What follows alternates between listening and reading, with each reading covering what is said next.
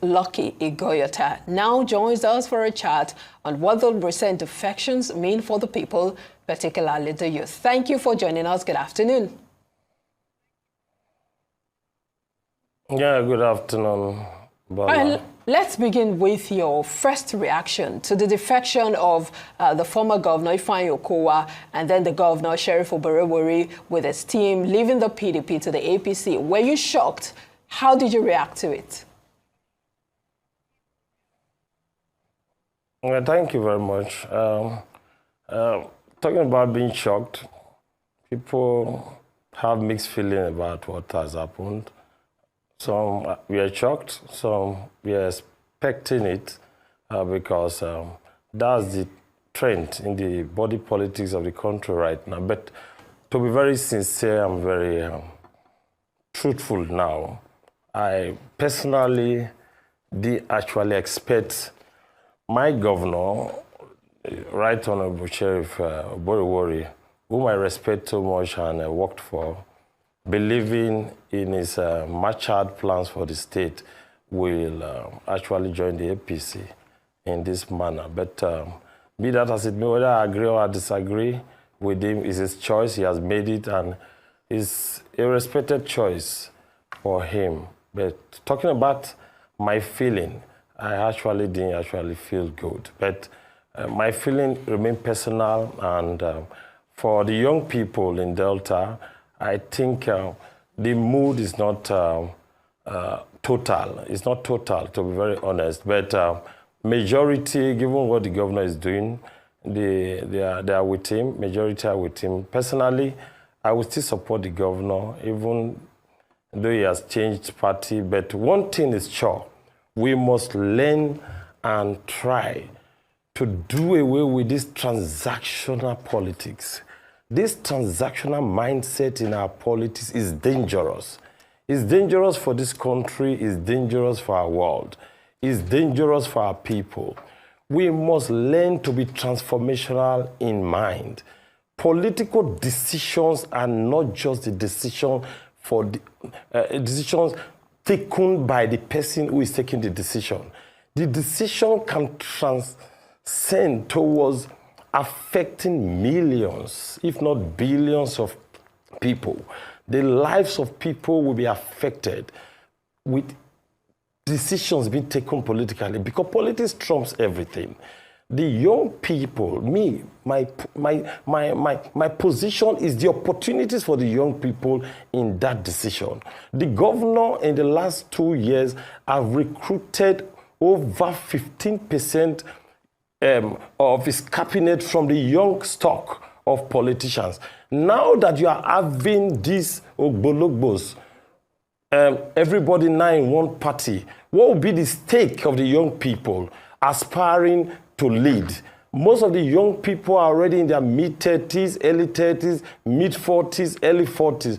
What will be their stake in this whole new arrangement? What is the plan? But I want to believe that the governor will not deviate from this part of carrying young people along, because the young people have the energy.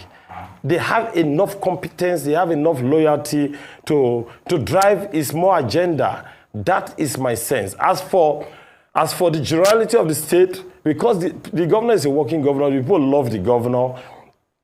They don't have a choice but to join in, because it leads, they follow.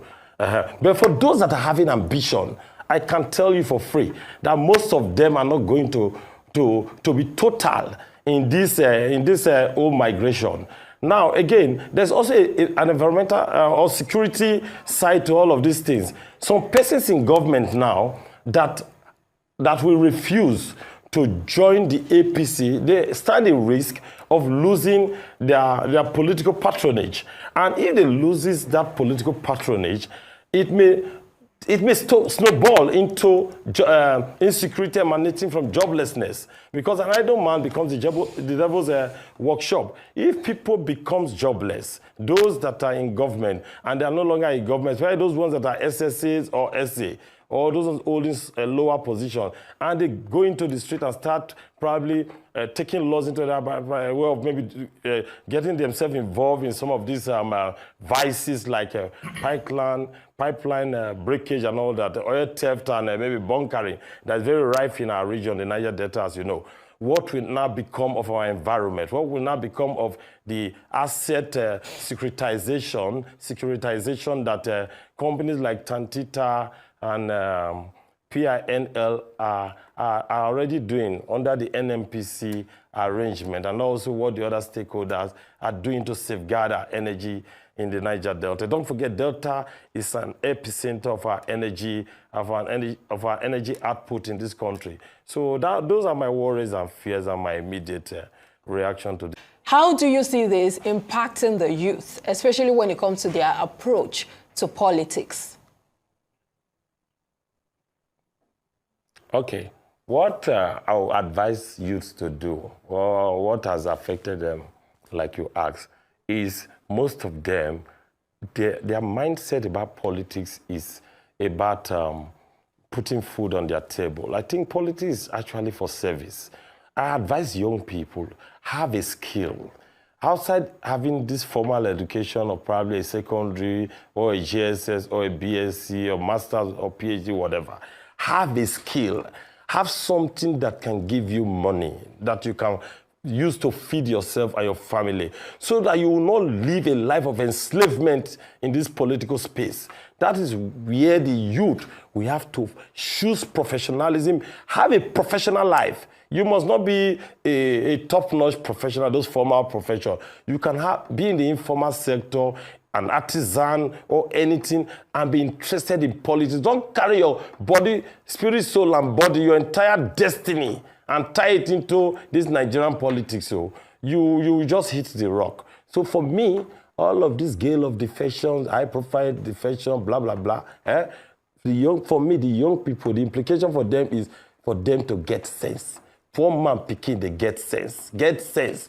Organize yourself privately. Whilst you're doing politics, have a mindset of people, that you want to serve people, you want to serve. If you go into politics thinking politics will make you rich, you will end up becoming a poor man. No? That's my understanding of these things. Indeed, and on that wisdom, Lucky Ighoyota, a good governance advocate, would like to thank you for your thoughts on the situation in Delta politically. It's good to have you with us.